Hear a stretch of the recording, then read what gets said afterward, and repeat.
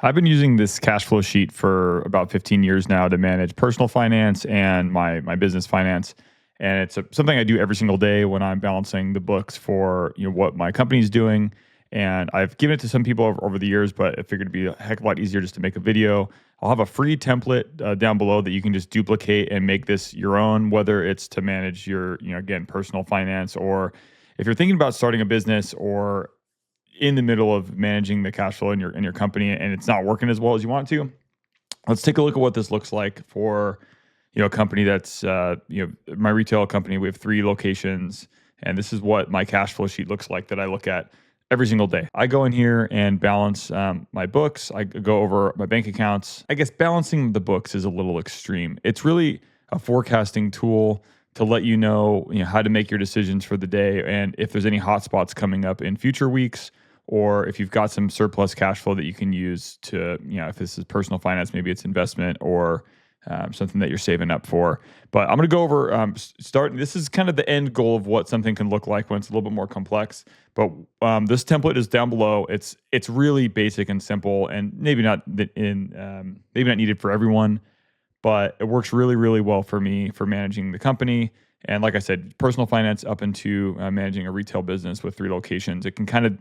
It's a spreadsheet. It can work in ways that to help you manage the cash flow of your life. If you're the type of person that swipes your debit card just hoping that the transaction goes through, this is for you. And again, you can have the sheet for free. It's down below. Just duplicate a copy for yourself, and you can get running. College dropout warning. I am a humble student of the world and just used experience to make this. I'm sure there are people that are wizards at Excel that can make this thing look a lot fancier and use different functions and features to make it work well. But this is how it works for me. So we're going to come in here and make use this blank template, and we're going to go through what it would look like and how you can use this. So at the top here, you've got your I put banks, your banks or your any sort of capital assets, like any sort of cash asset you can put in here. So if bank one is Bank of America, Wells Fargo, you can name it there. Then you've got your bills, and then you've got your income. And if you have payroll or rent, like for a business, that's something that's pretty obvious. I don't use this cash flow tool as a micromanagement. So utilities or any smaller, you have to decide what a small bill is for you. You could put, there are times in my personal finance life where I put every single bill on here. And if you were to do that, say you needed another bill, you could just right click on the cell, hit insert a column, and have this be your AT&T bill. You can add that to this sheet. But I don't do that on the micro level anymore. I just do any sort of larger expenses every single week that come up, I add here. So let's just say we're looking at starting a retail business. One of the reasons I want to start this is I find cash flow and income is so much more important than how much money you have. And I was talking to another store owner or prospective store owner about that wanted to start their business, and talked about the question of how much money do you need to have to start your business? How much money do I need? Is 50 grand enough? Is 100 grand? And I wanted to change the scope and restructure that thought process to, it's not about how much money you have in the bank, it's about your income. And if you have a job that's going to be paying you, XYZ every single week, every single interval, that is much, much more valuable than any sort of specific amount of cash to starting the business, because you will run out of cash. You will spend the money on something, and if you don't have a steady income before you're starting a business, it can be really, really difficult. So anyway, so we're going to start with bank number 1. So let's just call this for Bank of America. And let's just say in your Bank of America account, you got $3,000. Income, your intervals of income, and this formula is going to do a running total over time. So that's something that you'll see on my more developed sheet. Is it's going to have column C here. It's going to have a running balance of what what the bank accounts, the combined bank accounts will have over time. And you can see, there's a hotspot coming up, and we have a surplus right now, and you can make decisions based on that. But right now we're going to say $3,000. A bill, the bills you can add in here. For me, there's going to be vendor payments, so I'm paying large vendors. But for someone that's using this for personal finance, this might be a car payment or a truck. Let's go big. And you're not going to put the bill here. You're just going to find the date that it's due. So let's just say it's due, the 5th of every month. this is something, it is quite manual, but I like how manual this sheet is because it forces you to pay attention to your bills. I have other tools. Like I do have a checklist I use. So like I've got a checklist of like the 20 different things I have to pay every single month. And I use that in tandem with this and some other features in life. Let's say our truck payment is say $900 a month. It's an expensive truck. And let's say our rent is, I already actually added the rent over here. Let me zoom out a touch so you can see this. So we've got our truck, we've got our rent over here. If you want to color code it, you can. So say your truck is a blue truck, you can make the truck blue, and then you can also indicate that this is blue. And over here, your rent, let's just say, you can make the rent a different picture or a different color if you'd like. We're going to go with like a purple. And that's every month. And this isn't going to automatically populate that in every first of the month, but you're going to go ahead and add that down the road as you're building out over time what your sheet is going to look like. And the reason why I like this for me is it's a really useful forecasting tool to scroll ahead and see this running total in column C is going to tell you when there's hotspots. And then you can plug in your income. So let's say you get paid on the 20th and the 5th of every month, like a bi-monthly income. So you say you're getting, I don't know, $1,400 every couple weeks. And we're going to go find the 5th over here and add $1,400. And again, this thing is going to be doing a running total. So you see as I delete that or add that, we have a running total that's coming up there on the left. And so you can see how quickly this $3,000 is going to vanish, right? But luckily, we're going to get paid every period of time. You could, there's a couple different ways that you could spread the sheet out, but I'm just going to go and do it manually. We're going to go through to the 20th. We're going to go through again to the 5th, plug in our income, and you can just do this for a long period of time. And then you can put your rents in every month. You can put your bank balances in. Any other bills or income, it's going to do a running total. Now, let's just say time passes, and we're already today, at the time of shooting this video, it's the 19th. So say, hey, it's the 19th right now. Sometimes what I like to do is while I'm working in my sheet, I'll go ahead and like make this a certain color, like just so I know, hey, this is today.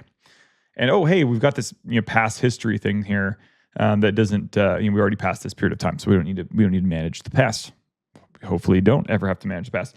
So we're gonna go ahead and hide these cells. So I'm gonna click these, right click, and then we're just gonna say hide. So they're still there. But it doesn't really matter anymore because it's in the past. You could delete them, but it can kind of mess with the sheet. I just end up hiding all of my past rows so you don't have to redo some of the formulas because the only formula that's like happening here is C2 is going to add up all of your assets. If you plug in any assets here, which is just going to be your bank balances, it's really only needs to go to like D through F. And then this is going to be a running total of whatever's on the right-hand side plus your like previous day's balance. So if your bank account all of a sudden, when you're starting your day with this sheet, you're going to come in here and you're going to update. The first thing you're going to do is update your bank balance. You're going to log into your bank and say, okay, my bank is now $1,500. I went a little crazy last night at Buffalo Wild Wings and went out, did some other stuff. And this morning I had to pay off, give my mom some money or something. And now I've only got $1,500 in the bank. And then this is step one. You're always going to start here with your bank balance. I can make this like maybe even a bright blue or something.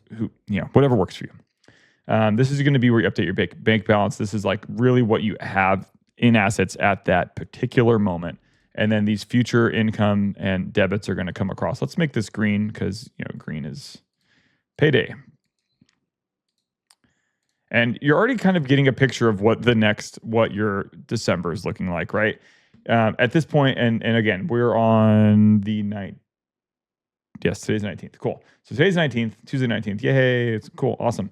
And oh no, we've got a problem here. Now there are some ways you can actually use some conditional formatting here and make these color coded.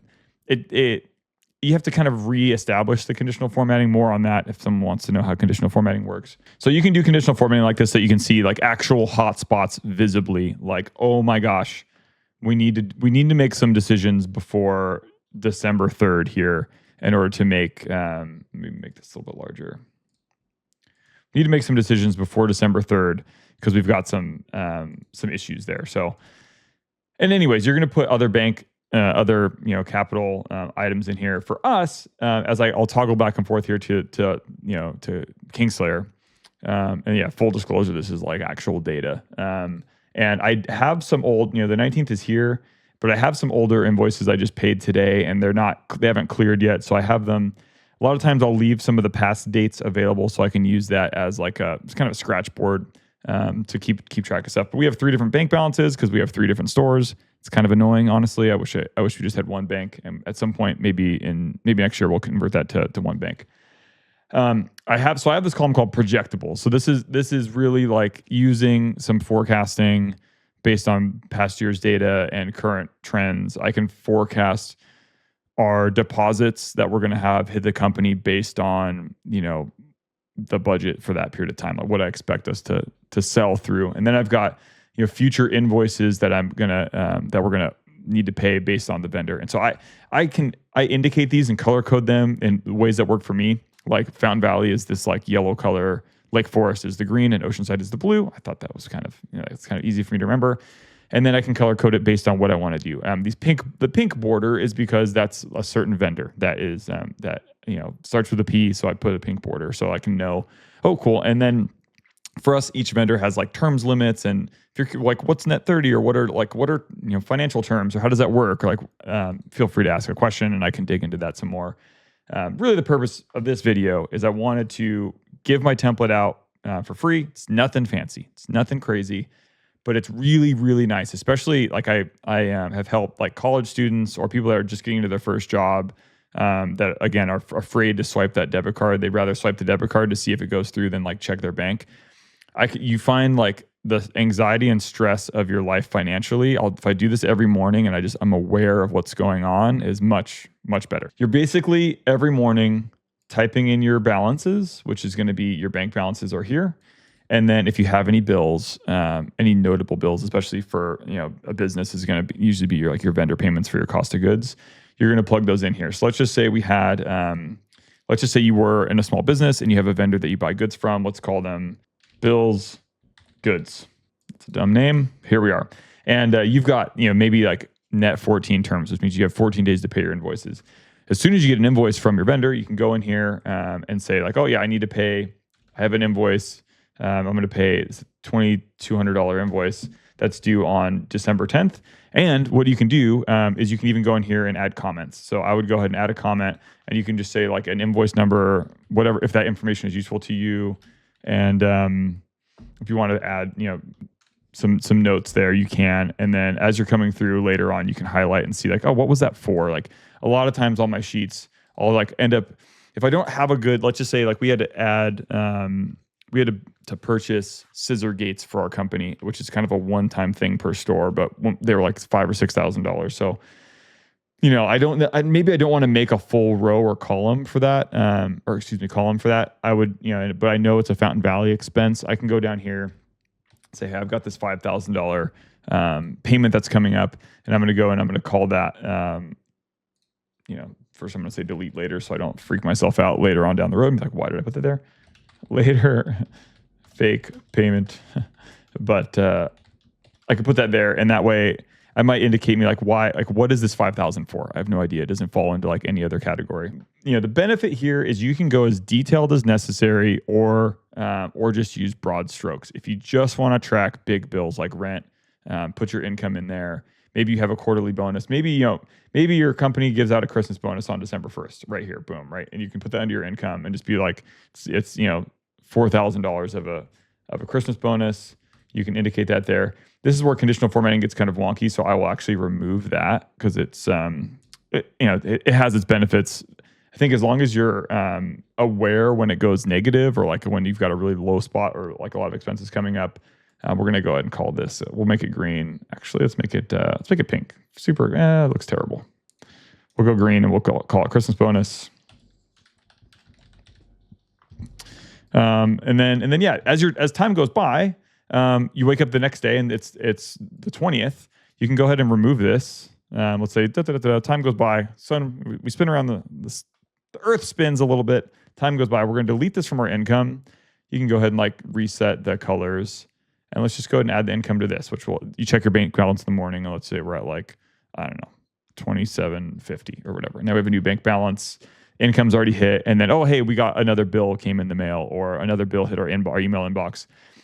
I check all of our vendor portals every single day, Monday through Friday. And if there's any new invoices that have generated, not only do we have, like, I use QuickBooks. We have a bookkeeper that manages that for us.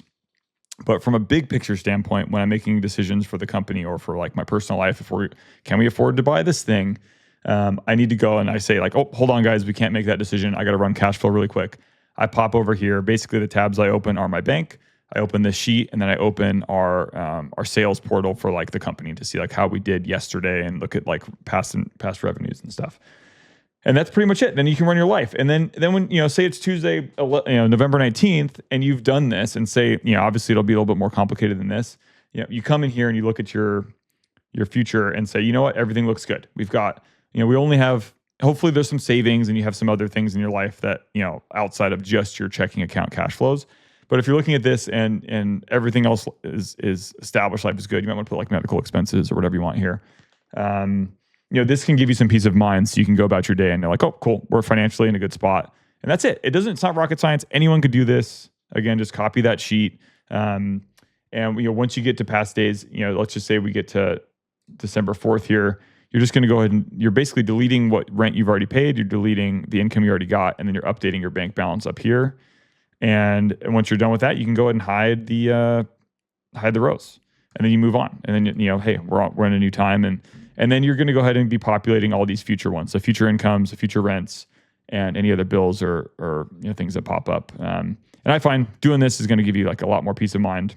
One thing I forgot to add was to show how to extend your sheet once you're running out of, say you're using this for weeks, you need to extend it down the road. I talked about having to, when you plug this in and how you hide your old cells as time goes on. One thing I didn't actually show you is when you get to the end, let's just say we're going in the future. I've already put this out till June. Let's just say you need to extend this. The easiest way to do that is just to grab your these 3 cells, your Wednesday, your date, and your like running total balance, and just you click this little box right here, and you're just going to click and drag. It's going to go ahead and populate the next days of the week. It's going to populate your future dates and your continuing running balance. This is a method that helps me run the business. It helps me manage my personal finance, and hopefully it's helpful. If you have any questions, leave a comment below, and we'll see you in the next one.